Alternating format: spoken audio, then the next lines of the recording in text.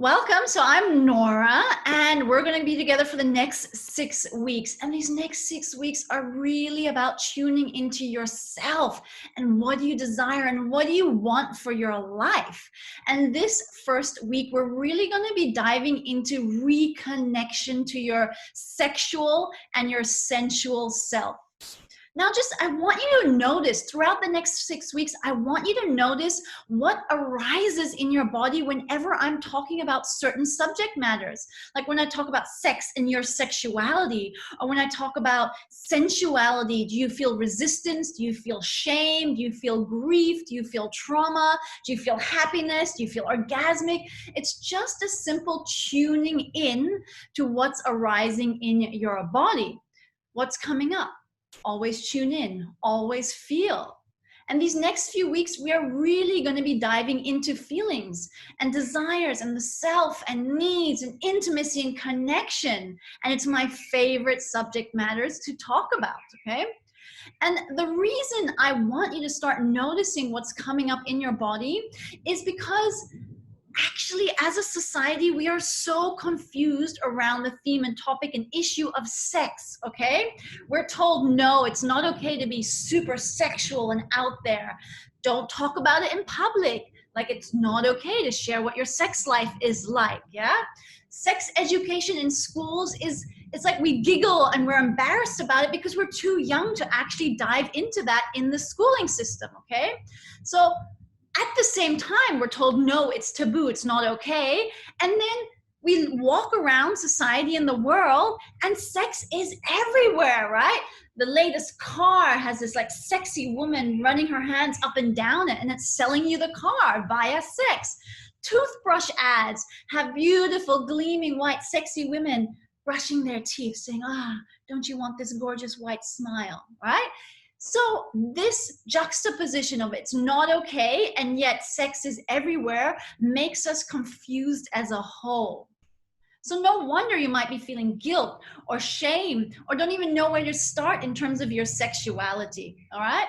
Now, this is why I want you to start noticing what is arising, because these next 6 weeks we're going to be dealing with some of these guilts and shames and traumas, okay? But in order to be able to move past them, you have to be aware of what is arising in you.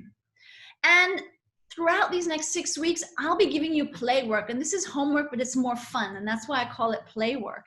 And it may be scary and it may be really awkward, and that's okay. Again, it's just about noticing. I want you to notice because awareness is the foundation of orgasmic states of being.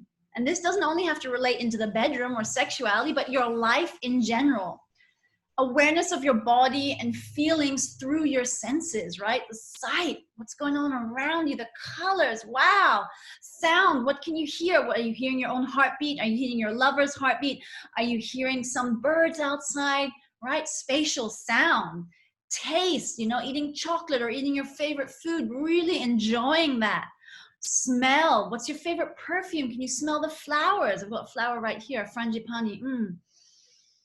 Just divine, okay? Touch, when you touch yourself, how does that feel? When your lover, when your partner touches you, when your friend gives you a hug, tuning into all of these sensations. Because when we allow ourselves to tune in to the sensual nature that we naturally have, life becomes enlivening.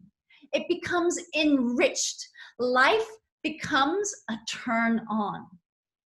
Too often, we're so busy and we numb out our senses because we're pushing forward to reach our goals. And this is super masculine. And in this course, we're focusing on the feminine. Cultivating your femininity, sensuality, sexuality, the feminine way. And what is the feminine? The feminine is about receiving. It's about nurturing. It's about beauty. It's about creating. I love all of those words. Can you make a commitment to nurture yourself these next weeks? Can you make a commitment to create beauty these next few weeks? Can you make a commitment to super slow down and really feel everything these next few weeks? Because this is what I'm asking you to do.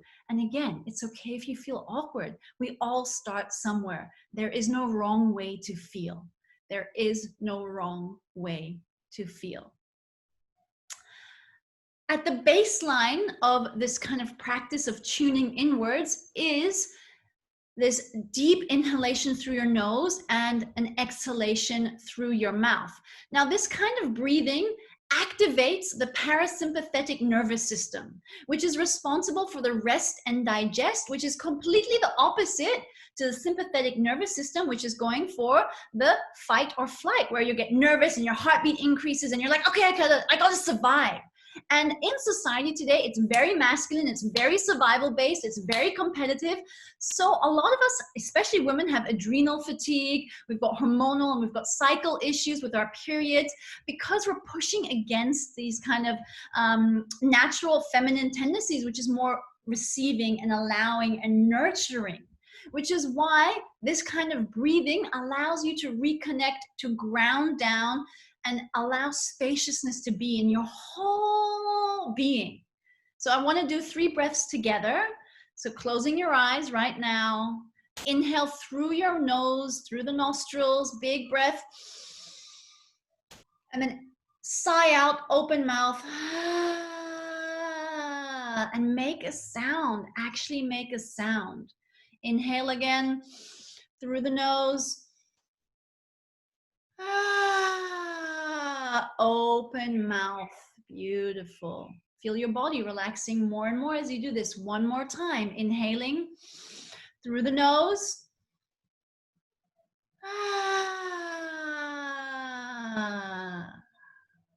Beautiful.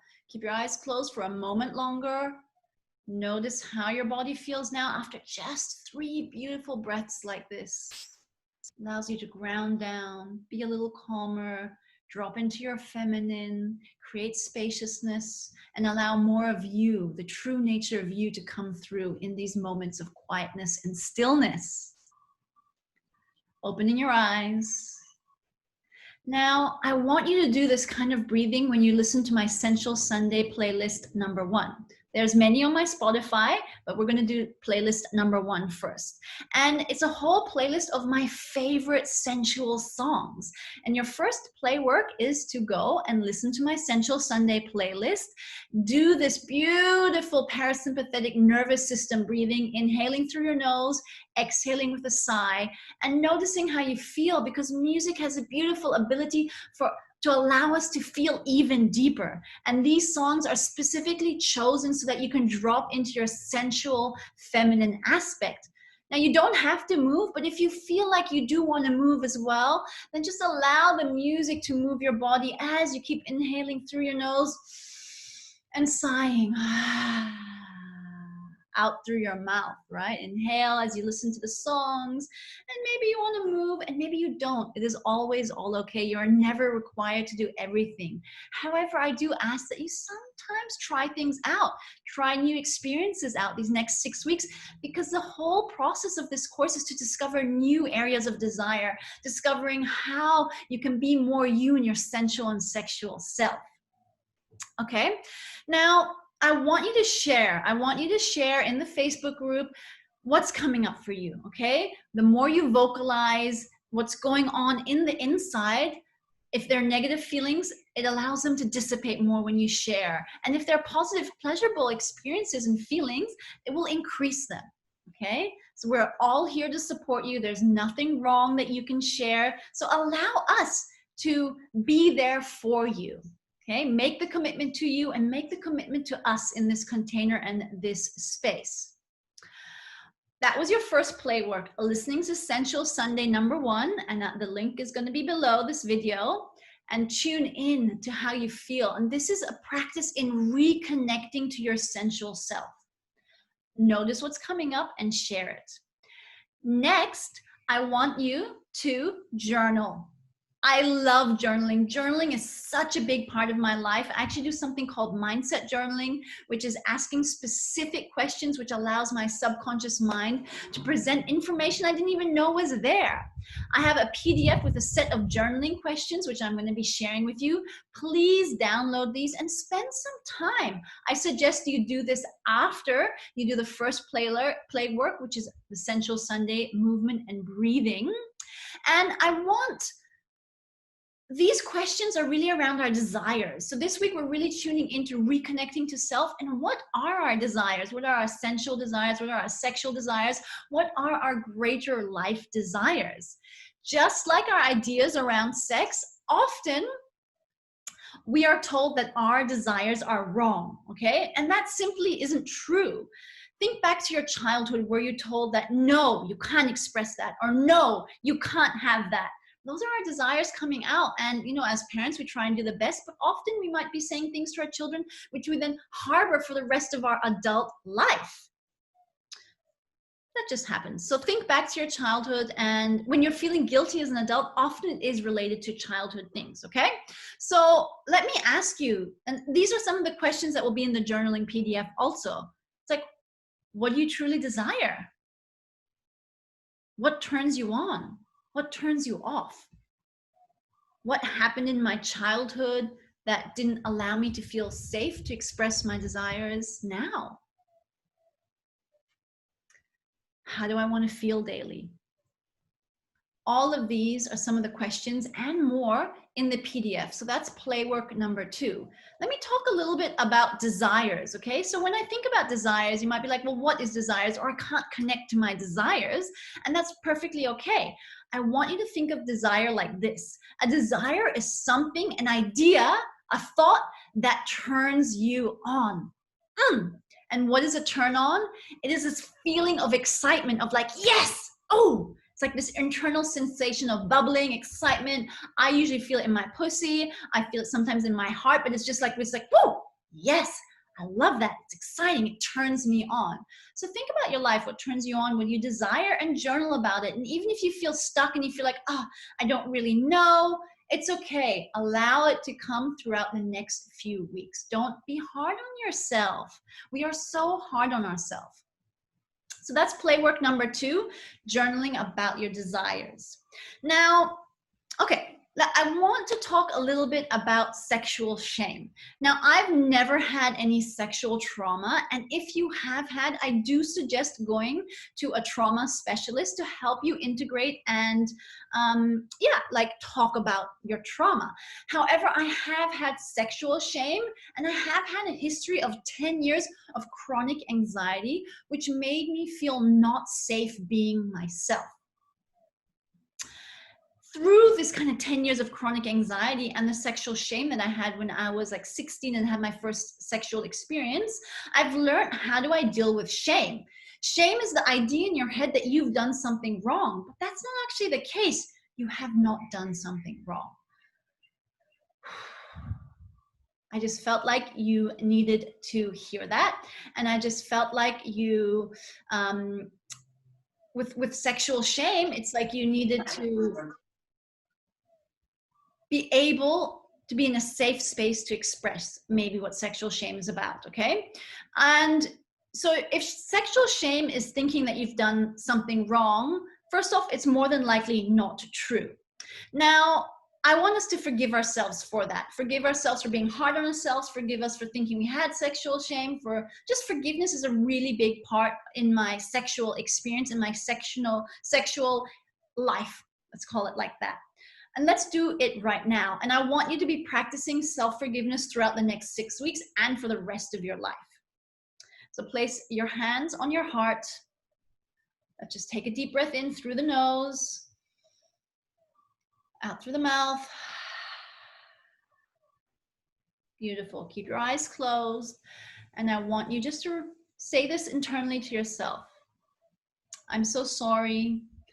I'm so sorry for putting so much pressure on myself to be perfect. I'm so sorry for thinking that it's all my fault. I'm so sorry for being so hard on myself. I'm so sorry for thinking that I have to be different. I'm so sorry for wanting to be someone else apart from myself. I'm sorry for all of those thoughts. I forgive myself. I forgive myself for all of those thoughts. I forgive myself for being mean to myself. I forgive myself for all the times that I hated on myself. And I want to thank myself for being here. I want to thank myself for all the things that I've done in my life to be here right now. And I want to thank myself for my commitment to myself. I want to tell myself that I love myself so deeply. I love myself right now. I love myself in the past, and I love myself in the future. I have such love for myself. I am amazing. Ooh, just feeling into that for a moment. Beautiful. And opening your eyes. I want you to do this daily. Self-forgiveness softens the heart. We are so hard on ourselves. We are such overachievers because society needed that to progress, okay? And so we're always pushing. Why are my goals not reached? Why are my monetary goals not reached? Why don't I look like that? Why are my fitness goals not reached, okay? So that creates an edginess of hardness, which is so masculine, which is not the feminine. So doing this self-forgiveness work cultivates self-compassion, which is feminine, okay? Compassion is a feminine trait, which I want you to start cultivating. So you can simply say, I'm sorry, I forgive myself, thank you, and I love you. On the daily, every time you have a negative thought, every time you're self-hating, just do those rounds of forgiveness. Just say, I appreciate myself so much. I thank you, I love you, I forgive you, I love you, okay? Please do that daily. And in terms of now shame, okay, shame is thinking that you've done something wrong. How did I overcome some of my sexual shame? Well, there's like a 3 or 4 step process that I want you to try and experiment with, which I did, which really helped. First of all, you have to recognize what is your shame about. Shame is thinking you've done something wrong. So what did you think that you did wrong? So recognizing the shame in your body and giving that shame a feeling, a state, a color. So making it like objectifying it, okay, inside your body so you can really locate it. And noticing when does it arise? When does that shame arise? So really being super aware of your shame. Then sharing your shame with someone. Often we keep our shame hidden within ourselves because we think we've done something wrong. And if we share it, we won't be liked or we won't be loved, which we really just desire to be loved. So sharing about it with someone who you feel safe with, who won't judge you, who won't share about it with someone else. So again, you can do this with a counselor, a coach. You can do this in our Facebook group if you feel comfortable about it. Sharing. Recognition, awareness is the first step. Second step is sharing about it. Third step is then deciding to let it go. So if you have objectified it, and it might be like this big, hard steel cage with a pink padlock on it, and you're stuck inside of it, just let that cage go. Take it out of your body, place it there, say goodbye. I don't need you in my life anymore. It's always about the intention. It's always about the thought behind it. So objectify your shame, make it into something concrete that you can then decide, I no longer need this in my life. Recognition, awareness, sharing, making the decision and the commitment that you no longer want this in your life. You might have to repeat this process more than once, and that is totally okay too, okay?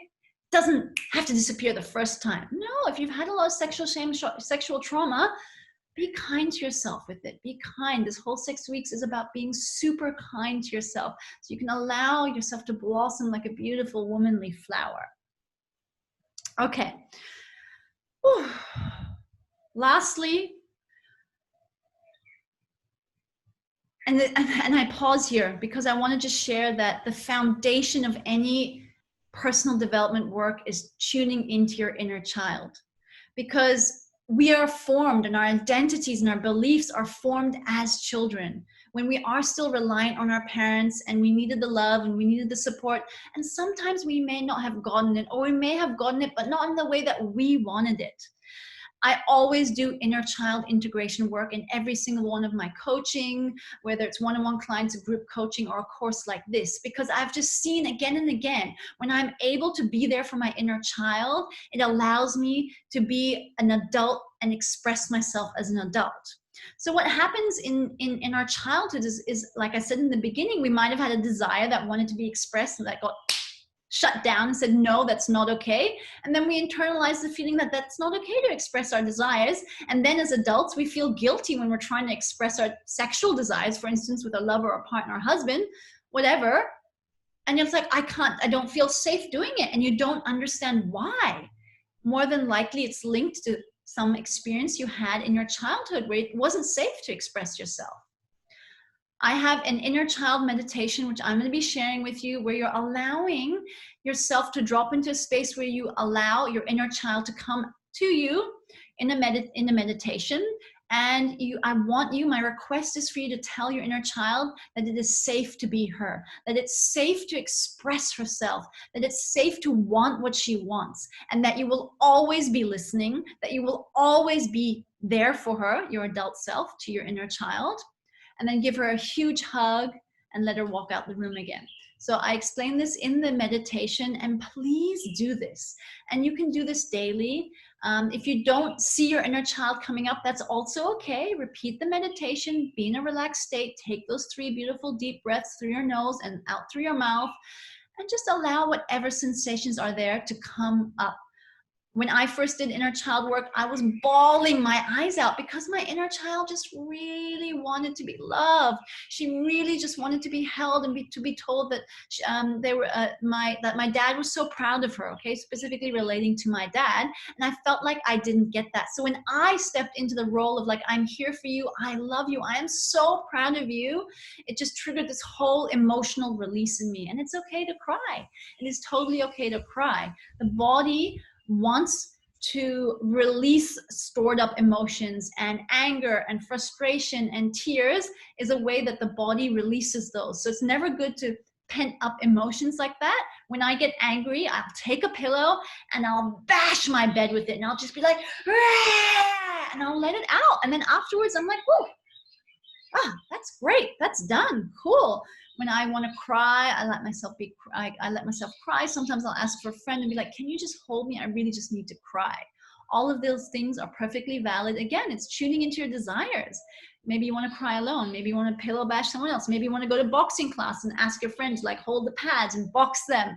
It's always all okay, as long as it's not a violent behavior towards someone else or towards yourself. I don't believe in that either. Okay. It is time for you to really stake claim to your desires. It is time for you to commit to yourself. Can you do that? Can you do that? I want you to repeat after me. I am here for me. I am here to fully tune into my desires. I am here to be a magnetic, radiant, sensual, beautiful woman. I appreciate myself. It is safe to be me. It is safe to express myself. I am ready to become confident, sexy, and wildly free. Yes, you are. You can repeat those affirmations on the daily. Feel empowered as you say them, because it is the truth. It is the truth, and anything else is simply lies, simply beliefs that you've told yourself because you've had experiences in the past that have made you believe that they are true, but they are not true, because you are definitely a very sexy, magnetic, radiant, confident, and wildly sexy, sexy, sexy woman. See you next week for the next video. Keep sharing, keep tuning in, allow your desires to blossom. I'm here for any questions. Don't worry, everything, you're safe. You're safe to be you. You are safe to be you and to have everything you desire.